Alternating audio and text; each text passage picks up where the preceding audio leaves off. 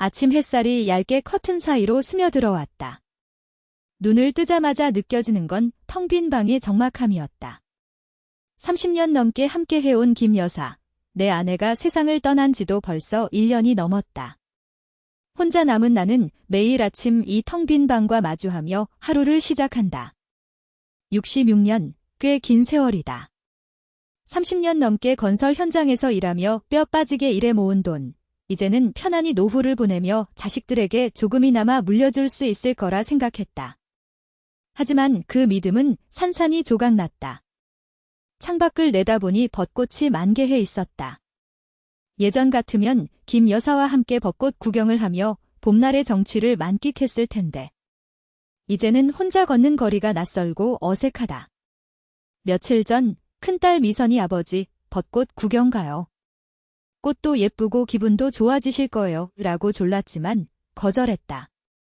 괜히 딸까지 덩달아 슬퍼하는 게 미안했다. 아버님, 식사 준비했어요. 아들 민수의 목소리에 정신을 차렸다. 민수는 내가 아프다는 소식을 듣고 몇 달 전부터 옆에서 묵묵히 챙겨주고 있다. 고맙지만 동시에 미안함도 컸다. 내 곁에 있어야 할 건 아들, 손주인데 나는 그들에게 짐이 되고 있었다. 식탁에는 김치찌개와 계란찜, 그리고 몇 가지 반찬이 놓여 있었다. 민수가 정성껏 준비한 밥상이다. 숟가락을 들었지만 입맛이 도지지 않았다. 며칠 전부터 위가 불편하고 식욕도 떨어졌다. 물론 몸이 안 좋아서 그런 것도 있겠지만 사실은 마음이 무거워서 그랬다. 아버지, 밥은 드셔야죠. 굶으면 안 돼요. 민수의 걱정 어린 목소리에 억지로 밥을 입에 넣었다. 뜨거운 밥알이 목구멍을 넘어갔지만 풀리지 않는 묵직한 감정이 가슴을 짓눌렀다. 그래, 조금만 더 먹어. 민수는 내 어깨를 토닥이며 말을 거다. 그의 눈에는 연민과 걱정이 가득했다. 나는 애써 미소를 지으며 고개를 끄덕였다. 사실 나는 지금껏 이런 적이 없었다. 평생을 묵묵히 일하며 살아왔다. 힘든 일도 많았지만 긍정적인 마음으로 극복해왔다. 하지만 지금은 모든 것이 무너진 것 같았다. 내가 쌓아온 모든 것이 30년 넘게 함께 해온 친구에게 날아가 버렸다. 내 친구, 박철수. 우리는 초등학교 때부터 한솥밥을 먹고 같은 땀을 흘리며 우정을 쌓아왔다. 철수는 내게는 단순한 친구가 아니었다. 형과 같은 존재였다. 힘든 일이 있을 때마다 철수는 내 곁을 지켜주었고 기쁠 때는 함께 웃으며 축하해 주었다. 우리는 서로의 인생에서 없어서는 안 될 존재였다. 철수는 항상 사업에 관심이 많았다.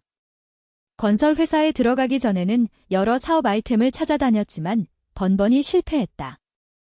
하지만 포기하지 않고 끊임없이 도전하는 철수를 나는 존경했다.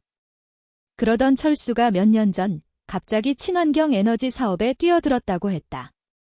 처음에는 반신반의했지만 철수가 적극적으로 권유했고 나는 결국 모든 돈을 투자하기로 결정했다. 얘야, 내가 하는 일 한번 믿어봐. 이번에는 진짜 된다. 너도 돈 많이 벌 수 있어? 철수는 내게 이렇게 말하며 눈을 반짝였다. 그의 눈빛은 마치 세상을 얻겠다는 듯 강렬했다. 나는 철수의 말을 믿고 싶었다. 오랜 시간 동안 함께 해온 철수를 나는 믿었으니까. 내 노후 자금, 그리고 자식들에게 물려줄 돈까지 모든 것을 철수에게 맡겼다. 30년 넘게 묵묵히 모은 돈 15억 원이었다. 당시 나는 마음이 편치 않았다. 하지만 철수는 내게 끊임없이 자신감을 불어넣어 주었다. 걱정 마, 아버님. 이번에는 진짜 성공할 겁니다. 곧 돈 많이 벌어드릴게요. 철수의 말에 나는 안심하며 기다렸다. 하지만 시간이 지날수록 상황은 점점 나빠졌다. 철수는 내게 투자금에 대한 설명조차 제대로 해주지 않았고 오히려 연락을 피하기 시작했다. 철수야, 돈은 어떻게 돼가니? 전화를 걸 때마다 철수는 회피성 답변만 내놓았다. 조금만 기다려. 곧 좋은 소식 있을 거야. 며칠 전 철수는 내게 마지막 통화를 걸어왔다. 아버님, 죄송합니다. 사업에 실패했습니다. 모든 돈을 잃었습니다. 철수의 말은 마치 천둥처럼 내 귓가를 울렸다. 15억 원, 내 인생의 모든 것이 사라져 버렸다. 충격에 휩싸인 나는 멍하니 앉아 있었다. 눈앞에 펼쳐진 현실은 믿을 수 없을 정도로 가혹했다. 30년 넘게 묵묵히 일해 모은 돈, 노후 자금, 그리고 자식들에게 물려줄 돈까지 모든 것을 잃었다. 아버지, 무슨 일이에요? 왜 그러세요? 민수의 걱정 어린 목소리에 정신을 차렸다. 나는 애써 미소를 지으며 대답했다. 아니, 괜찮아. 그냥 좀 피곤해서 그래? 나는 민수에게 사실대로 말할 수 없었다. 그에게 상처를 주고 싶지 않았다. 하지만 그날 밤 나는 잠을 이루지 못했다. 15억 원, 그 돈이 내 인생에 어떤 의미였는지, 그리고 철수가 내게 어떤 상처를 줬는지 곱씹으며 괴로워했다. 다음 날 나는 경찰서에 방문하여 철수를 고소하기로 마음먹었다. 30년 지기 친구에게 사기를 당했다는 사실이 믿기지 않았다. 하지만 어쩔 수 없었다. 나는 잃어버린 돈을 되찾아야 했고 다른 사람들이 철수의 희생양이 되지 않도록 막아야 했다. 경찰서에서 사건을 접수한 후 나는 금융감독원에 방문하여 상담을 받았다. 금융감독원은 내게 철수의 사업이 투자 사기일 가능성이 높다고 말했다. 피해자분의 경우 피해 금액이 상당하고 투자 명목이 불분명하며 사업 내용이 구체적이지 않은 점 등을 고려했을 때 투자 사기일 가능성이 높습니다. 나는 금융감독원의 말을 듣고 절망했다. 15억 원을 되찾기는 쉽지 않을 것이라는 생각이 들었다. 나는 변호사를 선임하여 소송을 진행하기로 했다. 변호사는 내게 철수의 사업이 명백한 사기라고 말했다. 피고는 투자 유치를 위해 허위 사실을 공표하고 피해자에게 투자금을 교부받은 후 이를 편취한 혐의를 받고 있습니다. 명백한 사기 혐의입니다. 변호사의 말에 나는 희망을 품었다. 15억 원을 되찾을 수 있다는 생각에 가슴이 벅차올랐다. 하지만 소송은 생각보다 어려웠다. 철수는 교묘하게 증거를 조작하고 거짓 증언을 했다. 또한 철수의 변호사는 돈으로 증인을 매수하고 판사를 회유하려 했다. 나는 좌절감을 느꼈다. 정의가 실현될 수 있을까? 나는 철수의 돈 많은 가족의 힘에 밀려 고개를 떨구게 될까? 그때 내게 한 줄기 희망이 찾아왔다. 철수의 가족 중 한 명, 그의 여동생 김지혜 씨였다. 지혜 씨는 변호사 사무실에 찾아와 나를 만났다. 그녀는 철수의 사기 행위를 알고 있었고 나를 돕고 싶다고 말했다. 아버님, 철수는 오래전부터 사업에 실패하고 빚에 시달렸습니다. 하지만 겉으로는 괜찮은 척하며 사람들을 속였습니다. 지혜 씨의 말에 나는 놀랐다. 철수의 여동생조차 그를 비난하고 있었던 것이다. 저는 아버님께 진심으로 사과드립니다. 철수가 저지른 잘못을 바로잡고 싶습니다. 지혜 씨는 철수가 숨겨둔 증거들을 내게 넘겨주었다. 그것은 철수의 사기 행위를 입증할 결정적인 증거였다. 나는 지혜 씨에게 감사의 인사를 전했다. 그녀는 마치 천사처럼 내 곁에 나타나 나를 도왔다. 지혜 씨의 도움으로 소송은 유리하게 진행되었다. 철수의 변호사는 더 이상 거짓 증언을 할 수 없었고 판사는 철수의 사기 행위를 인정했다.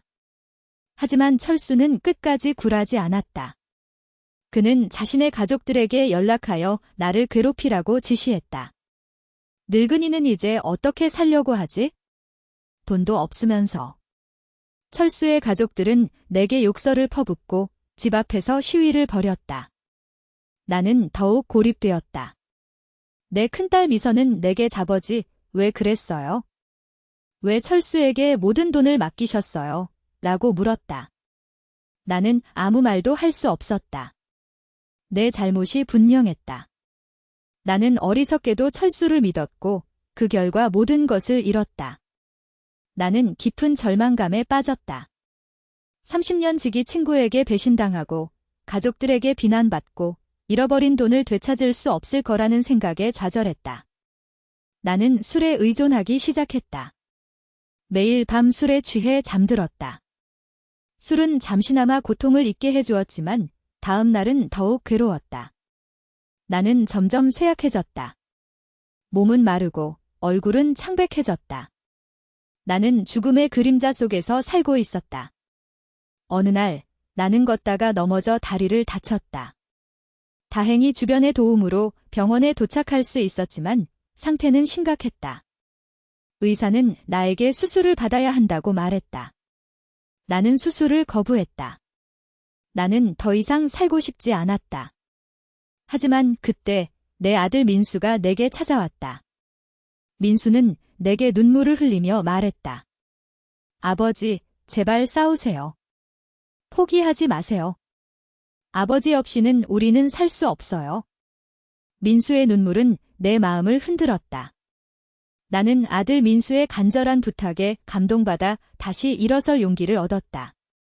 나는 수술을 받기로 결심했다. 수술은 성공적으로 끝났다.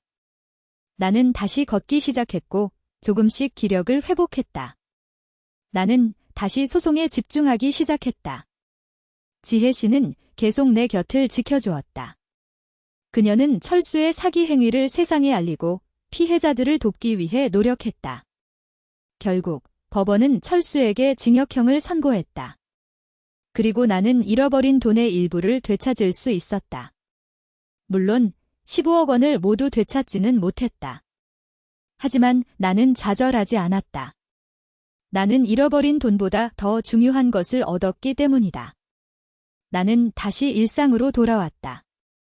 벚꽃이 다시 피고 새들은 노래하고 아이들은 웃고 있었다. 나는 그 모든 풍경을 보며 희망을 느꼈다. 나는 더 이상 텅 빈 방에서 외롭게 지내지 않았다. 아들 민수와 손주들이 내 곁을 지켜주었다. 그리고 철수의 여동생 지혜 씨는 종종 내 집을 방문하여 나를 위로해 주었다. 나는 잃어버린 돈을 되찾지는 못했지만 존엄을 되찾았다. 나는 다시 걷기 시작했고 다시 웃을 수 있었다. 그리고 나는 깨달았다. 인생은 계속된다는 것을. 나는 벤치에 앉아 벚꽃을 바라보았다. 봄바람이 내 얼굴을 부드럽게 스쳤다. 나는 눈을 감고 깊게 숨을 쉬었다. 이제는 괜찮아. 나는 속삭였다. 내 마음은 평화로웠다. 나는 다시 시작할 수 있었다. 나는 다시 살아갈 수 있었다.